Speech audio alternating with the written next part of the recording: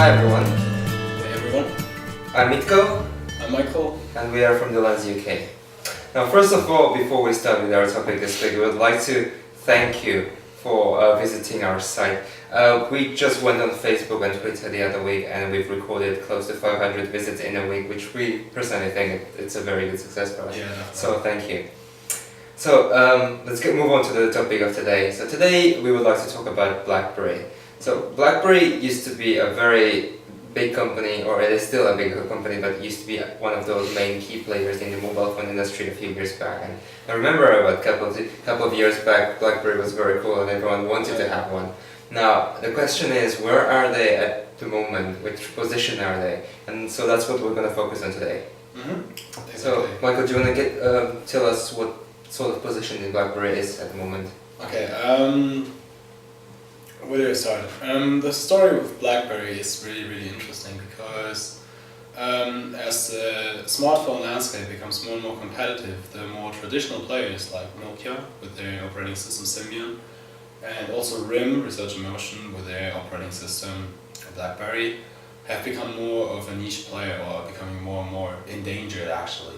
Nokia recently announced that they will abandon their own Symbian smartphone system, whereas RIM has up till now continuously brought out new phones with their right now a little bit old-fashioned software, and is still trying to bring out their new operating system called Blackberry 10, which however they recently announced will be delayed until the year 2013. So that puts Blackberry in a very bad position because the current operating system is really behind the competition, which can be seen in the market share they've lost. I think the recent stats show that they have dropped from about 15% to 12%. about 12% this year, whereas Android makes up for something plus 45%. Yeah, about that. About that, and Apple around 19%, I believe. The thing about the Blackberry 10, I think it actually wasn't that bad when they introduced it.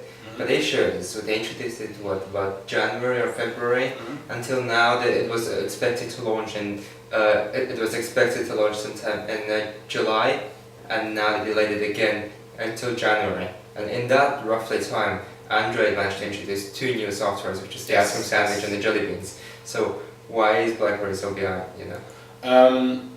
I totally agree with you. It's just like they're falling more and more behind in what they have shown so far of the operating system. While it looks nice, it's nothing groundbreaking that would convince developers to stay with them and probably convince their customers. Whereas the problem begins actually with the customers. And I think Blackberry is in a really interesting position because they have, from the beginning on, mostly targeted the corporate segment. And more than any other smartphone operator has so far. And neither Android nor iOS has really targeted this segment so far. And it's just recently that they've begun to more and more attract or become attractive towards the corporate segment. So that's probably why RIM has, better than Nokia, understood themselves to keep a certain market share and certain relevance. And except for the corporate segment, they also have a pretty big fan base. Especially in India, we have here a lot of Indian students, and they're really excited about their Blackberry system. And even though they agree that the software is behind or lacking, they say they don't dare to leave the Blackberry environment because of the Blackberry messaging system.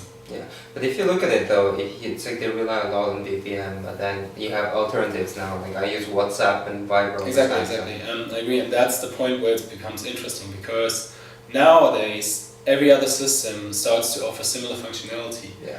The security functions that have been advertised towards companies are not as relevant as they were before.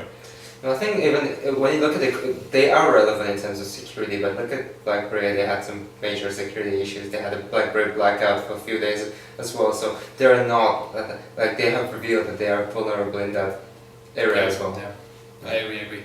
But even saying this, it's the point is reached where Blackberry faces more critical feedback, even from companies that say we can do more with other software, and so they face a situation where their previous core market segments are turning their back towards RIM. Yeah. And it's here that they have to innovate, and it is a major problem for a carrier to come out, for a manufacturer like RIM to come out with an operating system that probably, when it is launched, has to compete with systems that have been in the market for 5 years. And we see how Windows Phone is struggling right now to get the market share back.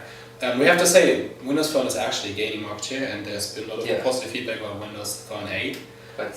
But still they're really having a tough fight right now, and Nokia and Microsoft are investing a lot of money, and I doubt that RIM will be able to do equally. Yeah, I agree. I think there are a few major problems with RIM and like research in motion in the last few years. First of all, they realized, I personally think they relied too much on their corporate clients. They relied on their premium positioning a few years back, that they thought they would not lose that position, and the customers wouldn't break contracts with them, which actually they are now. Second thing is they completely failed to understand where the market was shifting. I think a few years back, when people started to want more apps, even though they targeted corporate instead of consumers, regular consumers, even corporates require certain apps or access to different facilities as well. I totally agree. And I think actually the opportunities that modern smartphones bring are changing the landscape. Yeah. And RIM was really bad at adapting here. And I kind of see a lot of similarities between RIM and Microsoft.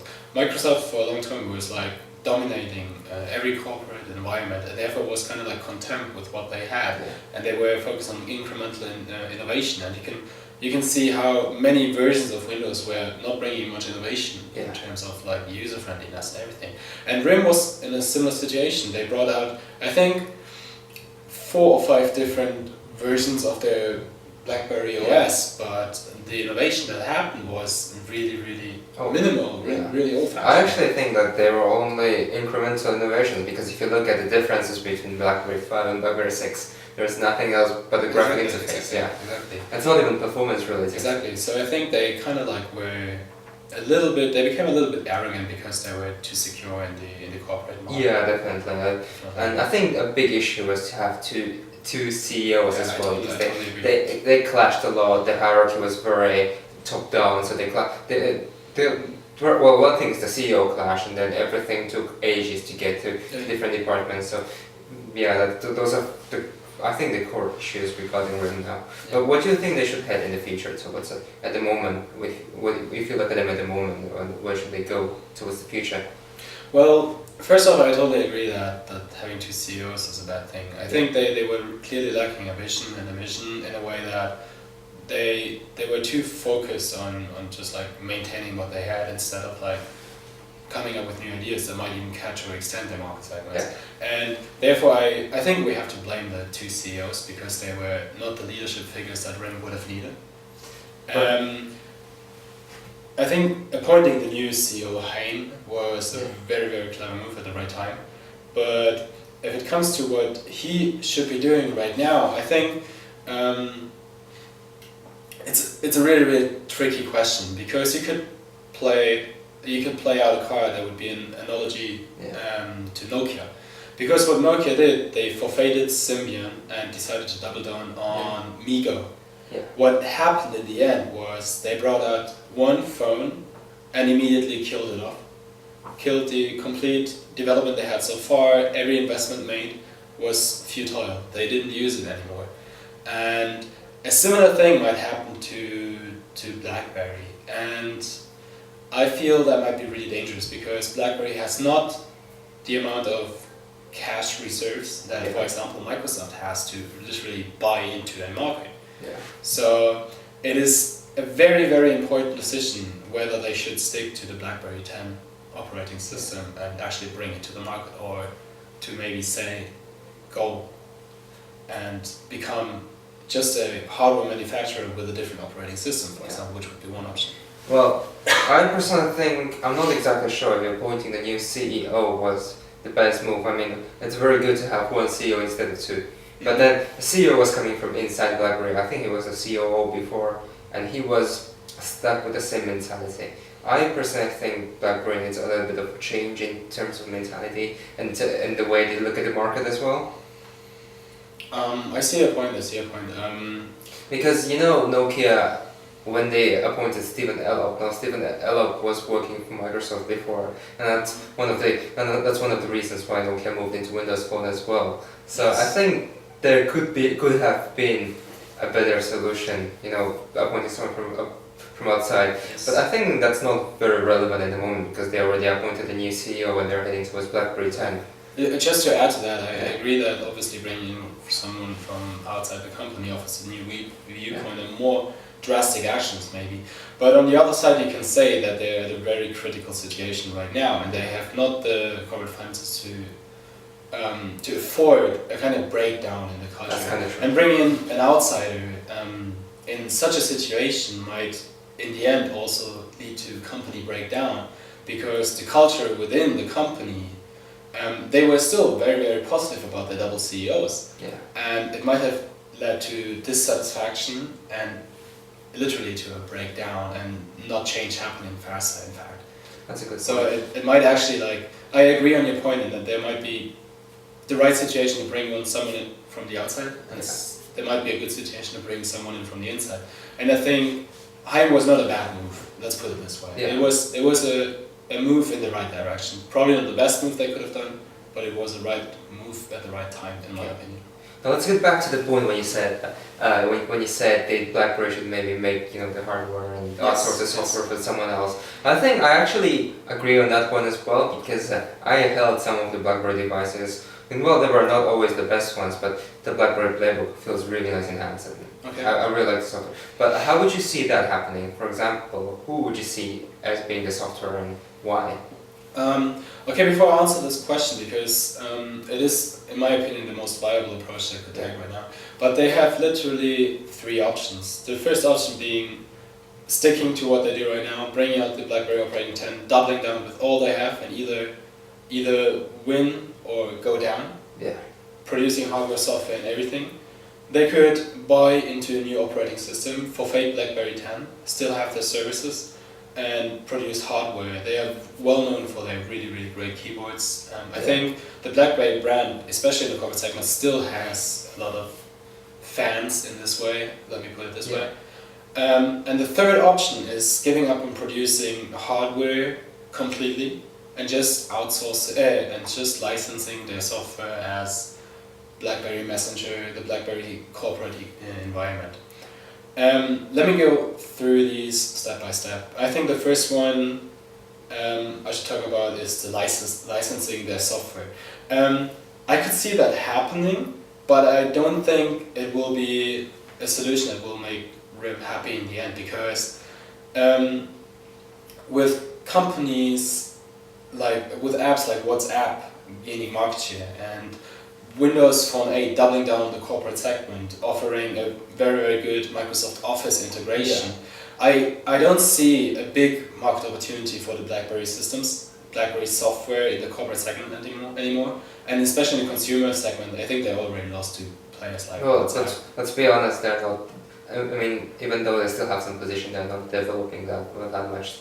Exactly. So I don't see that option being really, really viable from a strategic point of view, because the competition is just too strong, and it won't enable them to stay the company they are at the moment, which they obviously are proud of. The second option would be to stick to it and bring out everything they plan, bring out BlackBerry 10, produce the hardware, and also have their software. I see this troublesome because, like I said, RIM doesn't have the backup, the financial backup they would need to stick to this plan. We see how Microsoft is struggling, and I really, really highly doubt that RIM would be able to continue a strategy like this for the next 3 or 4 years. We saw what happened to Palm in the end, and I can see a similar future happening. Well, the thing is about BlackBerry is, and iOS 10, the OS 10 is they are taking time which they don't have at the moment. Exactly. They're taking too much time to develop. They're not even licensing with applications and developers yet. Exactly. And even if you launch a new software, no matter how good it is, but at the moment, at the end of the day, the ecosystem and everything, I mean, people are not going to buy into that. Exactly, I agree, and I think that is literally the best approach I literally think that the best approach they could take is see for themselves that it makes little sense to stick with Blackberry 10, especially after being delayed to the next year. Yeah. And putting in further resources into developing this. It won't do them any good. We have already 3 major players on the market. Yeah. And I feel there is little room for another player in the market. I just don't think there is room for a fourth or fifth ecosystem, be it corporate based or whatsoever. Exactly. I don't see this happening, especially corporate wise, because Windows Phone will become the next corporate operating system, since Microsoft is the standard in terms of Office products. Now, then let's look at it this way. Let's take the scenario that BlackBerry forms a partnership with Microsoft into putting a Windows Phone onto their devices, which I personally see as a very profitable partnership, because just look at Nokia was at pretty much a similar position. I mean, they were making very good hardware, even better than BlackBerry, and now they're forming that with a very good software in Microsoft, which is developing. So, and the partnership with Microsoft would allow Microsoft to put in a lot of capital into a lot of money into BlackBerry as well. Mm-hmm. The question is though, would Microsoft want to form a partnership with BlackBerry since they already have Nokia? Very interesting point, but I personally think that BlackBerry might be the even more attractive option to Microsoft than Nokia, because the niche where I can see Windows Phone succeeding is for once the gaming part, because they're very, very linked to the entertainment business and their Xbox business, where they're really strong at the moment. And this could offer a potential advantage to Microsoft and their system. But what I really see as their core benefit is the link to Microsoft Office. And if they get this implementation right, the corporate segment will be heavily, heavily attracted to this ecosystem. Yeah. And therefore I see RIM as a well-known corporate player actually as a better option to partner up with the Nokia. Obviously having both would be really good and beneficial, because Nokia is more targeting consumer business, where RIM could be the brand for the corporate segment. And having both brands have well-known reputation and competencies in the corporate segment. And I think this could be a really, really good match with lots of synergies to actually succeed in the corporate segment. And also, I would like to add the point that RIP could also shift all the contracts they have with the corporates already to Microsoft as well, and Microsoft could benefit a lot from those. I agree. And RIM does not have the need to. Another benefit is in the corporate segment. It is not so much about differentiating yourself from another player by having a skin or looking different. All this just look nice, feel nice is of less importance for the corporate. I don't say it's unimportant, but I say it's less important in the corporate segment. Definitely. And if RIM were to bring out a hardware keyboard Windows Phone with Office integration, maybe some BlackBerry services, and the reputation of having BlackBerry as a long player in the corporate segment, and Microsoft through their establishment through Office and the integration they can offer, I can totally see that happening in the corporate segment and succeeding in the corporate segment. And this would immediately help Windows Phone gain market share and importance as an operating system overall.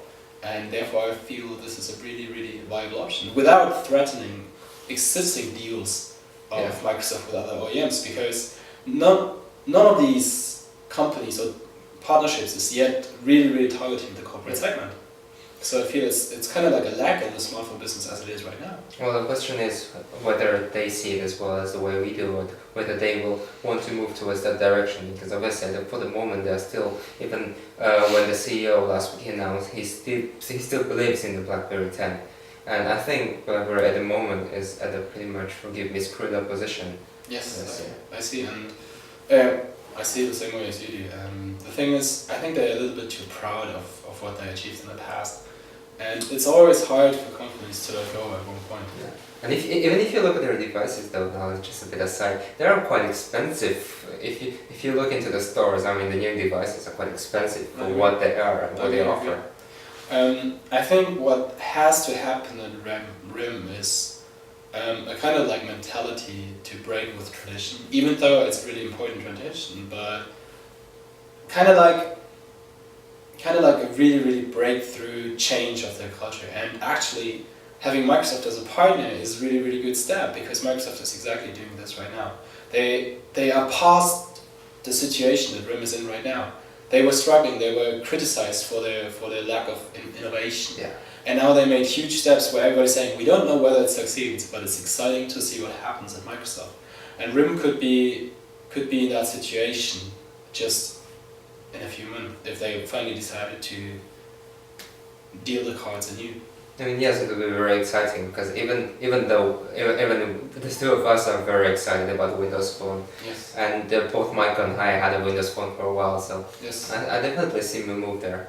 Well, should we conclude the discussion for today? Yeah, I think so.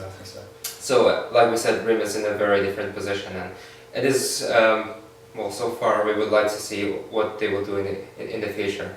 Definitely. And like we pointed out, is there's lots of opportunity for RIM to still succeed, but it's not in the way they try to do it at the moment. They have to really, really rethink, and then they actually have a lot of opportunities. This market is far from being where it's going to be in 5 years. Yeah. The market will still develop quite a lot. I think, yeah, like you said, I think RIM really has to, even their position in the market is still good, they just really have to rethink their image, they have to rethink their strategy and position. If they're exactly where they, like what they are, or what they want to be. So, yeah. Yes, I agree. Well, thank you for listening to us today, and we hope you enjoyed the conversation, and we'll see you soon. Yeah, we'll see you soon. Thank you.